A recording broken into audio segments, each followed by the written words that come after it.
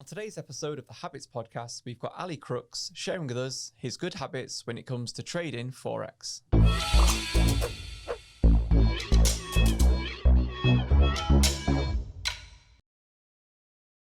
Thanks for joining us, Ali. First things first, what qualifies you to be our guest expert when it comes to trading? Well, thanks for having me. I would say I've been in the markets for 20 years. I'm trading live every day of the week, so that's all I essentially do in terms of trading. I have got at least £250,000 in the market at any one time, and I've got a company called Trader Support Club that helps other people do the same thing. We actively support people for over 18 hours a week with live support, and we've got 4,000 members worldwide, and we've trained people to be full-time traders and part-time traders. So I imagine then, with what's going on at the moment, everyone in lockdown, this sort of interest in what you do has skyrocketed. Oh, it's been huge. Yeah, I think that's a combination of uncertainty about people's futures, but also there's been a big move up in the main markets and with things like Bitcoin.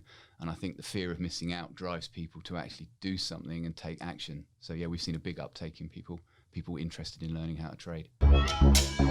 So with a lot of the stuff I do, I see what I'd say like the bad side of the business. And that comes from both people position themselves as a guru or knowing a shortcut or a hack to be successful with trading, but then also the expectations of people getting involved, what they think is a sort of realistic returns. So what are some of the bad habits you see when people get involved? You've highlighted two of them already. I would say the number one bad habit that I see is people out there touting that there is one thing, one indicator, one methodology, one widget that is going to be the answer to all of your prayers as a trader. And that really preys on people's want and need to have something that works. And then they'll show you a period of time, let's say 3 months, where the strategy's been working perfectly, or it's got a 95% win-loss ratio. And again, that appeals to people's want and desire to be right. They jump in, they buy the widget, they buy the robot. And then what they find is that even if they have some success, number one, that robot is likely to have a period where it loses, or that widget is not going to work as effectively because market conditions change. And also, it's only one element of trading. There's the psychology of trading, there's the positioning, and there's no one tool or one solution that is going to solve every trader's issue.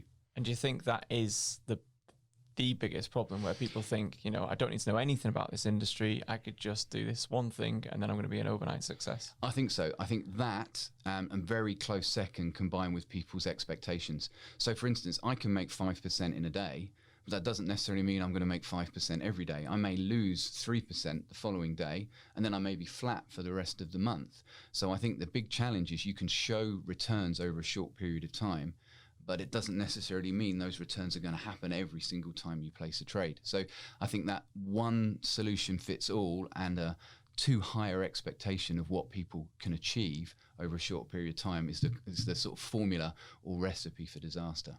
I often think that and I've said this earlier to you off camera, when you've got someone that doesn't know anything about trading, or say if it's crypto as a perfect example, if you've got John in the pub that's never ever mentioned anything like that before telling you to buy Bitcoin, it's probably too late. Would you agree with that? I think that is from an investment point of view, very much so. And I think the trouble is people will see something like Bitcoin, maybe feel they've missed out, or get in too late and lose money. So they then look for another solution. So very often people are looking for a solution to a problem they've had somewhere else, and they're not actually addressing the underlying problem, which could be greed, or they could be trading out of fear of missing out.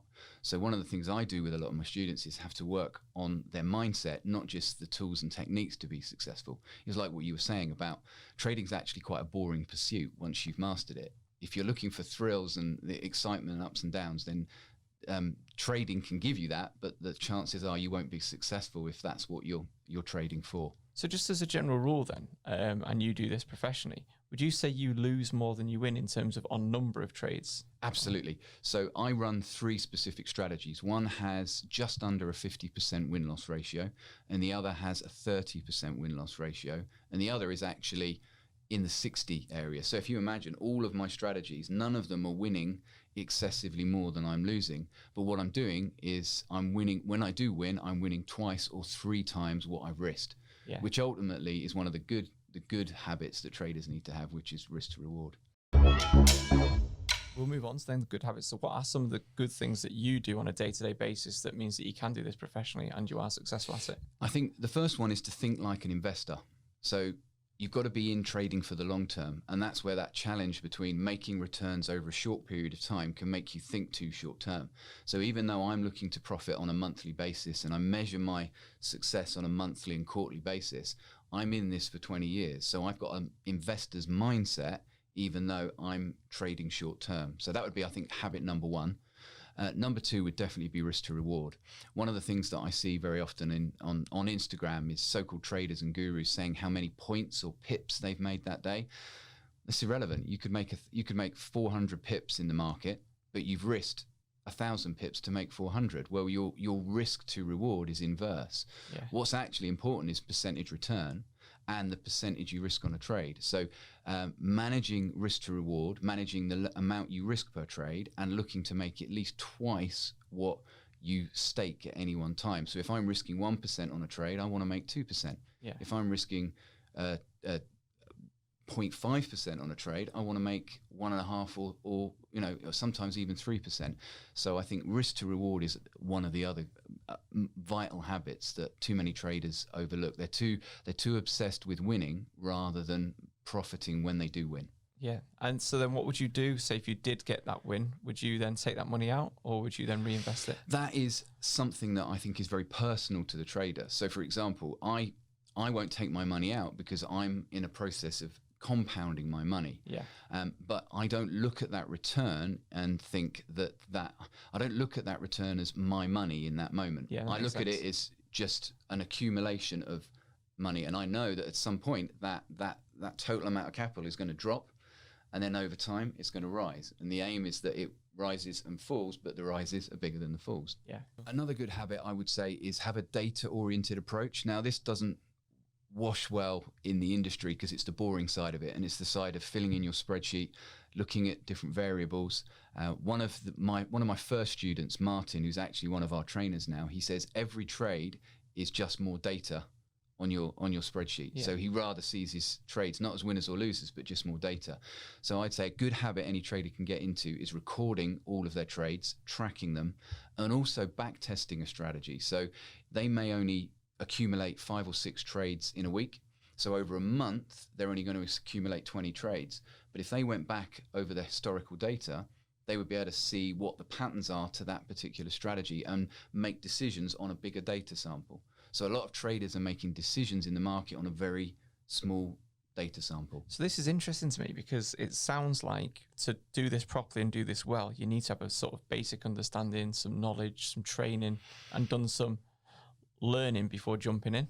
Absolutely. So would you say where would be the best place for someone that wanted to learn about stuff like this initially? Yeah, I mean, there is some good stuff on YouTube. Any trainer that says there's nothing good on YouTube is wrong. The challenge with YouTube is finding it contextually relevant to you.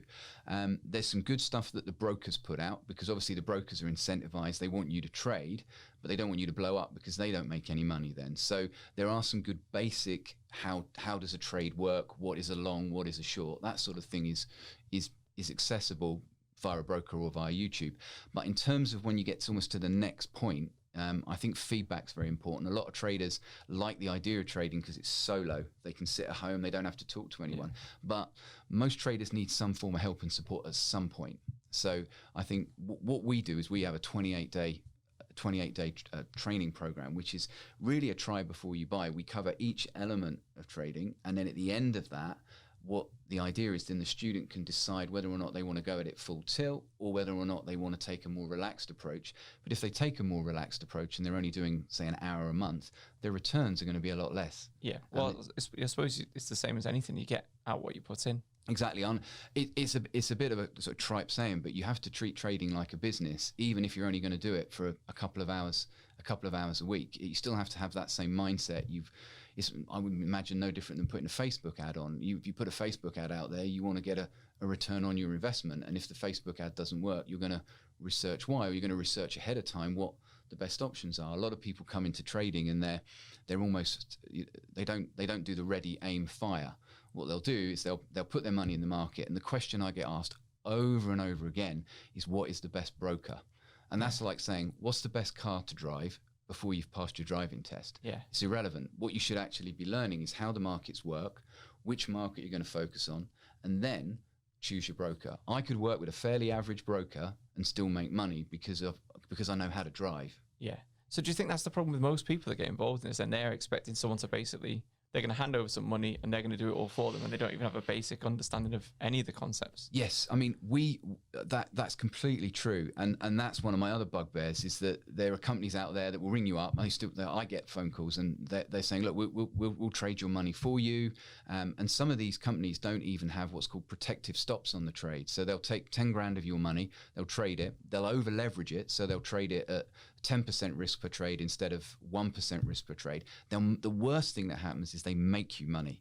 Yeah. So then you're hooked in, and then 2 months later they've wiped your account out, or they're trading positions and dollar cost averaging. So they're getting in, they keep getting in as the market's going against them, and because the person has no idea what's going on, they go with it. So my belief is, even if you're going to hand your money over to somebody else to trade, you should have a basic understanding of what goes on, because then you can challenge that person if they're not doing the basics right.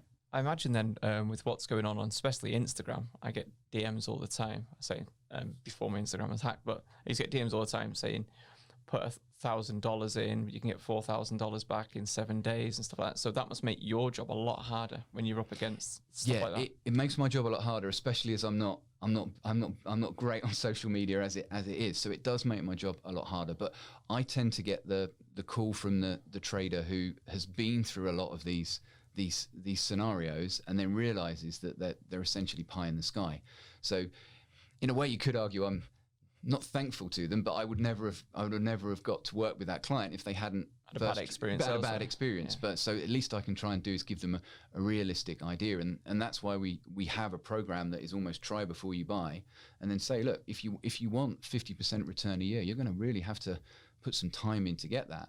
But if you're not willing to put that time in, you can still do better than what you can do in the bank, but it's not going to be anywhere near 50% a year. Being realistic with your expectations. Exactly. I imagine then with what's going on especially Instagram, I get DMs all the time. I say before my Instagram was hacked, but I used to get DMs all the time saying, put $1,000 in, you can get $4,000 back in 7 days and stuff like that. So that must make your job a lot harder when you're up against stuff like that. It makes my job a lot harder, especially as I'm not great on social media as it is. So it does make my job a lot harder. But I tend to get the call from the trader who has been through a lot of these scenarios and then realizes that they're essentially pie in the sky. So in a way, you could argue I'm not thankful to them, but I would never have got to work with that client if they hadn't had a bad experience. So where, if someone was listening to this now, they've been tempted, they've had those DMs on Instagram, they're a bit suspicious, where could they find someone like yourself so they could have a look at that? If they wanted to find me personally, it's Ali_Crooks or Ali Crooks Trading, on Instagram. If they wanted to look up Traders Support Club, so just Google Traders with an S at the end, Traders Support Club. That's my website. The clue's in the name. We support traders. It's a little bit like the old Ronsil saying, it does what it says on the tin. We don't make any wild claims, but we've worked with traders who have come out of the City of London, who've worked in hedge funds, who want to trade their own money. And we've worked with single mums who like the idea of this. And each person we give a realistic expectation to. And it doesn't matter if you haven't traded before. In some cases, people who've traded before have built up bad habits that we have to break. And I think if more people who haven't tried trading realize that it doesn't matter if you don't know anything, as long as you get the fundamentals in place, then you can start building to a realistic expectation. So thanks to Ali for sharing with us some of his good habits when it comes to trading. If you've got any wins or losses you'd like to share with us, let us know in the usual places and join us next time for some more Habitz Podcast.